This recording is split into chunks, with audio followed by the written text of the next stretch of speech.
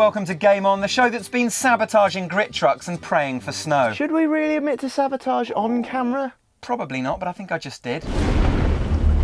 Coming up this week, we see what lurks in Batman's cave. The undead live! Shoot some zombie scum in the face with Undead Nightmare. Have fun with barcodes, courtesy of Bioware.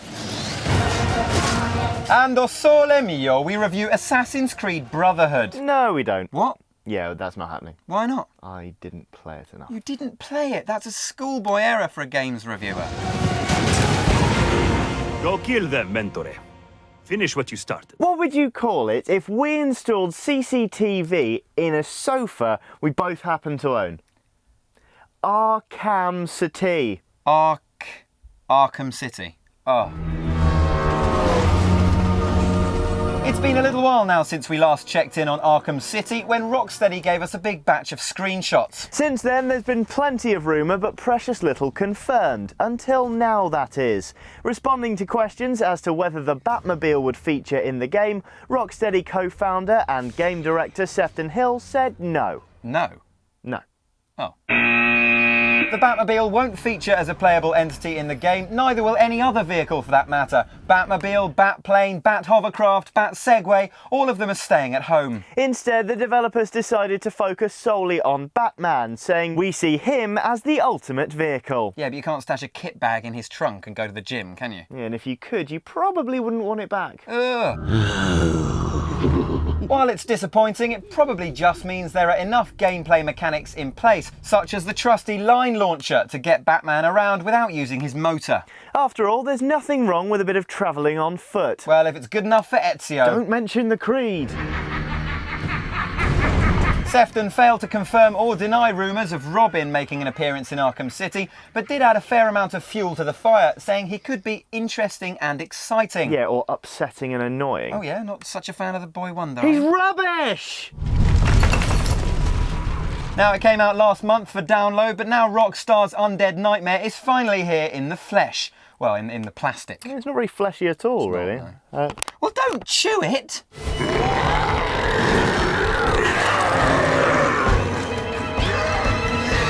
The Undead Nightmare expansion is the first Red Dead Redemption add-on to contribute to the single-player campaign. The plot is fairly straightforward. A zombie apocalypse is tearing through the Old West, infecting John Marston's wife and son along the way.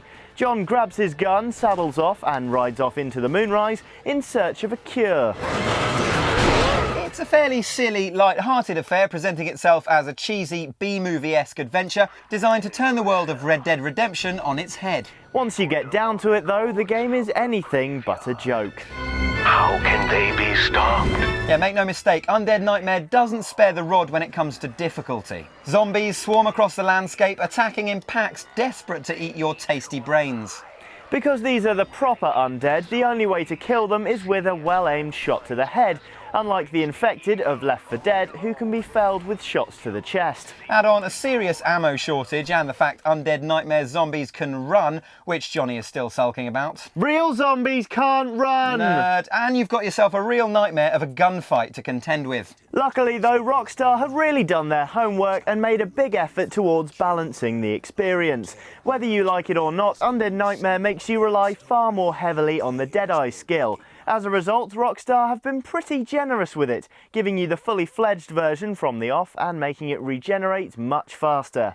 The pack is also a shorter experience than Red Dead Redemption itself, Obviously. so you get hold of each new weapon type far more quickly. They've also added in some new items to help wipe out the undead, which are, well, they're mental. Zombie bait attracts the undead, or send them to the afterlife with holy water. Rescuing towns is a good way to gain precious ammo, as well as a safe haven to save your game. While fun though, these modes aren't perfect, providing perhaps the only real hole in the expansion's gameplay. While clearing a town of the undead is satisfying, it's easy to become overrun. So either you try and climb quickly to a safe vantage point and snipe your way to safety, or you spend the whole time charging back and forth trying not to be pulled off your horse or swarmed. The problem is, if you back up to gain some distance between you and the undead, you can accidentally leave the town altogether, meaning when you go back, even if there was only one zombie left, you have to start all over again. Apart from that, the gameplay is fantastic. In fact, our only real gripes with Undead Nightmare lie in the broader presentation. Kill them before they kill all of us! Firstly, because the game's action is much more frantic than the original, we felt less like sitting through cutscenes. Bizarrely then, many of the cutscenes seem considerably longer than usual, making investment in the story a bit of a chore. Excuse me if my efforts at salvation are interrupting your busy social calendar, John. Secondly, the game plays fast and loose with the lighting throughout in an attempt to create more atmosphere. First hell walks the earth, then you turn up. Could my week get any worse? Sadly, while it does work, it also frustrates, making the game seem gloomy at the expense of visual clarity. Especially on smaller TVs, it's difficult to see what's around you at times, which feels unnecessary and a little cheap. This land is doomed! That's why we love it! Ultimately though, Undead Nightmare is a cracking expansion. You can pick up the standalone disc for under 20 quid, and it comes bundled with all the previously released DLC. It's also playable without your existing copy of Red Dead Redemption, so if you've traded yours in, Like a mentalist, or if you fancy saving a few quid and only playing in a Wild West filled with zombies, then you can still explode a few heads without blowing your bank balance wide open. clever. Make it stop! It's a magical time of year. Yeah, you know, once you cancel out the cold ears, runny noses, painfully short days and perpetual cold.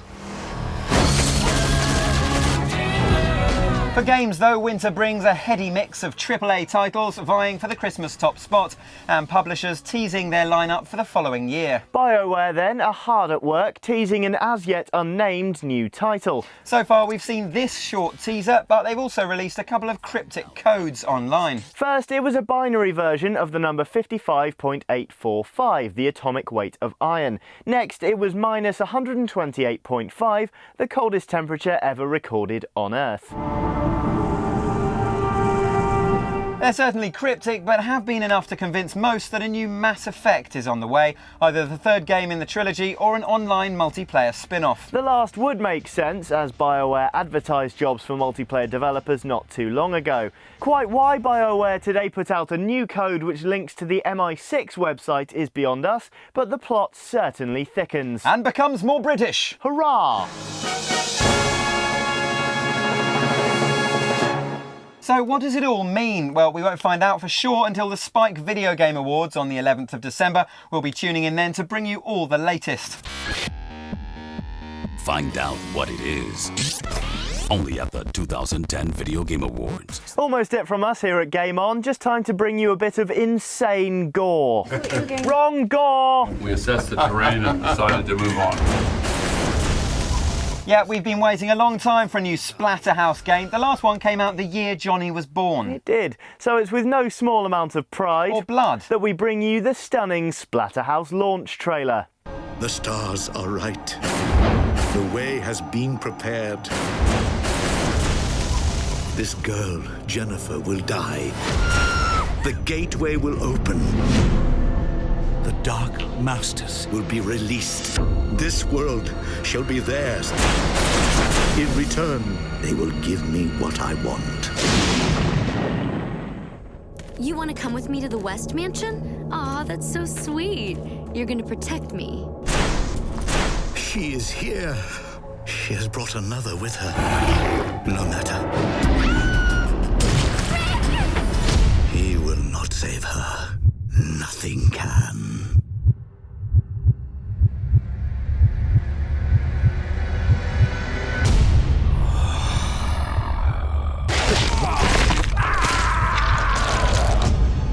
What's happened to me? We're a team now. You help me get what I want, and I help you get your girl back.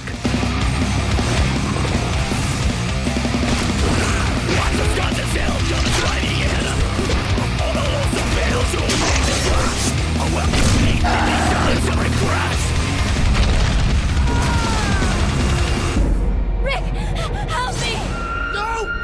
Johnny!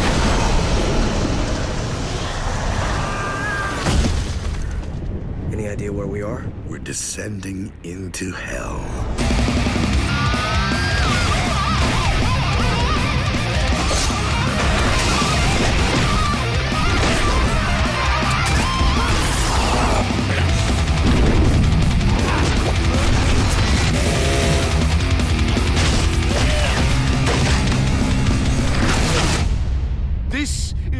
gift to you, to all mankind, an end to all suffering, an end to all life.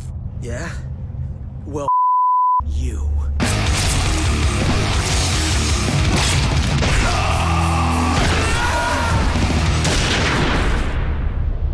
That's it from us here at Game On. We're off to board up the windows and doors. Oh, to keep out any passing zombies? What? No, it's cold outside. Who wants to leave the house when there's a perfectly good console in the living room? Fair enough. More gaming agoraphobia next week.